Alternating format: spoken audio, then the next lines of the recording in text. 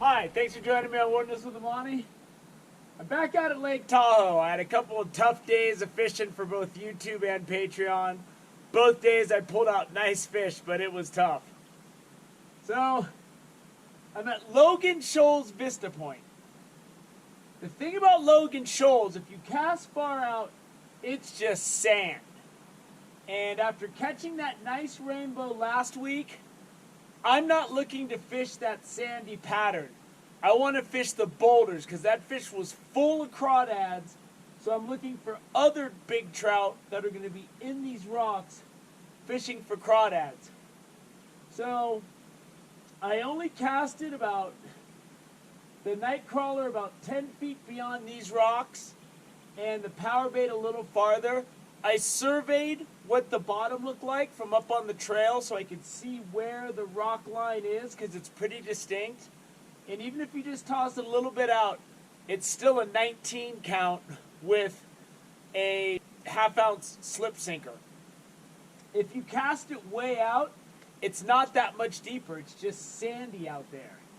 The sand is easier to fish because then you can steer the fish over it. But I have 8-pound test on my 2 Lake Tahoe reels. If my line's got to be on the rocks a little bit, it's going to be okay. So I'm looking to catch one nice fish to eat. That's all I need today. But if I don't get anything, I'm willing to stay here until it's almost getting dark. Because it's not going to get windy today.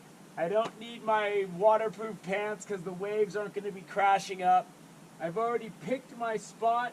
I can land fish there and I can land fish there. So depending on what the fish is doing, that's what I'll decide. So if I hook the fish on this side, this is casted that way, this is casted that way. So if the fish goes behind the rocks, I'll just hold my rod tip up high and then I'll figure out where I'm going to land it when the time comes. I got power bait there with a 4-foot leader, night crawler there with a 3-foot leader, and I'm right at the edge of the rocks, right where the rocks are, because that's where I'm expecting the big trout to be feeding. This isn't a spot where how far you can cast even matters. What you want to do is you want to cast where you expect the fish to be. So let's see if we can't get a rainbow to eat. There's about an 18-inch trout. I went over there and he swam right by, and then he rose right there. And it was right cruising the edge of the rocks. There's tons of minnows in the rocks. I'm thinking about throwing on a bobber right now. I mean, that fish was right there. If I had my fly rod, I could have reeled one of these in and just fired out a woolly bugger or something. Okay, that's interesting. Night crawler.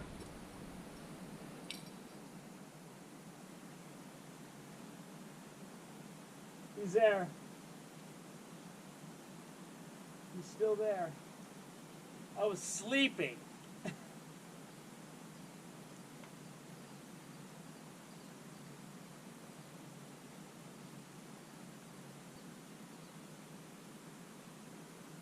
don't know what happened to him. He seems to have gone away. Oh, there he is. There he is. Oh, I'm all wrapped up in the rocks. Darn it. Oh, it's a big trout too. I gotta get out of these rocks. No. Oh, get out of there. There, I got him. I got him free. I got him free. I'm in business. Okay. My line was all wrapped up in the rocks, and I had a full inflated crawler. There he is. Oh! I'm going down to get him. He's not huge, but he's good. Ah! My line! I can see the fish flopping around out there. And my line was wrapped around the boulder. And it wasn't even like the fish was over there, the line was down in the rocks over there. That was a mess. But this is good eating right here. When you're dispatching a fish, these iron rod holders, whap, whap, whap, humanely done. There he is, nice rainbow. He's missing his fin. I don't know if a big lake trout or something took a bite at him and he got away, but look at how torn up his fin is. Something took a chunk out of this fish. It was probably a big giant lake trout or something, I would imagine. But I want to take a chunk out of this fish too. Look at his hooked jaw. Nice big male. That's good eating. I'm gonna get him on ice. I got ice in my cooler. I haven't wavered from my plan. I mean, I'm casting just beyond those boulders right there. It drops off. And I've seen 2 fish swim by. And the crawlers I have are really good today. They're big. And if you want to see how I hook it up and everything, look at my clip, Rigging Up for Reservoir Trout, or my general strategy for deep water reservoir trout on my Trout Fishing Tips playlist. But what's nice about these crawlers are, I can put the worm blower in, puff up the top half, and then the bottom half is just squirming. So when that's floating off the bottom, this thing's just dancing. It's doing its like worm dance. And that fish just nailed it. And that's the only bite I've gotten. I've been here for about 4 hours, and I was just sleeping. I'm sure I was snoring away. so I'm gonna cast this back out. I'm gonna fish a little longer. So there we are, my one fish lineup. It's right at 19 inches. Good size rainbow. That's the easy 2 meals for me.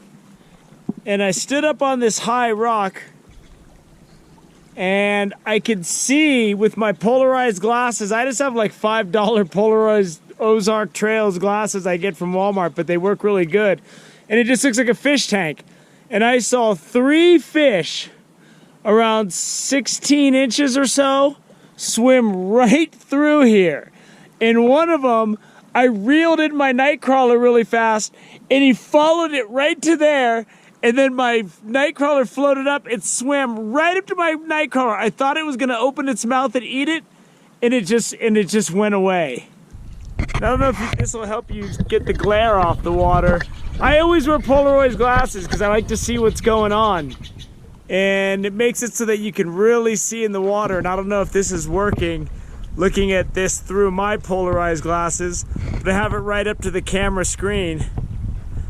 And you can just see it's like a fish tank because the water's so clear. I stood perched up on that rock for like an hour just staring at the water. I was like a great blue heron just standing there. Ah! I don't know if that's the sound a great blue heron makes. Ah! Ah! But anyway, I was standing on that rock just looking, and I saw 4 fish swim by. 3 were about 16 inches. 1 was like a little 10-incher, and it swam by really fast. The other fish were just cruising along. 1 rose. So if you want to come out here and fly cast or something, it looks like the fish are right there, at least for now, before a lot of activities on the lake. But I came out here with the plan to fish 1 pattern, and that was to fish the rocks after seeing that fish full of crawdads, because those big rainbows are going to be cruising in these rocks getting crawdads. And if you just wait them out, because I could cast way farther out, it's all sand, then I'm just hoping a fish swims by. I like is whenever I can to fish a pattern. Like if I'm in a reservoir with a deep drop, I'll try to get my stuff right on that drop so my bait's floating up, so anything cruising over that drop off will see my bait. Well, here I want to put my stuff in the rocks. In the deeper areas, you're in between giant rocks, so I check my stuff quite often. But when the fish are cruising through, they're feeding on those crawdads, and you got to get down in the rocks to get the crawdads, so they must just cruise the bottom. And I just waited it out, and today it took about 3.5 hours. Last time it took about 3 hours. And it's the only bite I got, and that's the only fish I really need. I mean, that's 2 meals for me. That is a robust fish. It's gonna be good. I had a great day out here. I was sound asleep when that fish, I was sleeping. I just had my Walkman in, but I only have one earplug because I was just listening to like classic rock music, and I was just sleeping kinda. But I gotta be able to hear the bells, and so that's why I only have one headphone. I'm gonna wrap it up. That snow up there, that's what you're gonna get if you try to go backpacking right now in a lot of places. I wanna start hiking in, fishing some alpine lakes, but it's still May. And even though it doesn't look like there's snow down around the lake, there's snow if you hike in a couple of miles probably. But we're gonna see, and we'll get it done eventually. You know, I'm getting a little impatient, and I know I'm giving you a lot of the same stuff. So it's all good. Today's a beautiful day out at the lake. Got a nice nap in, and now I can get home nice and early. And who knows, I might get something of some kind of importance done today. I mean, stranger things have happened. Thank you for joining me on Wilderness with Amani. Until next time.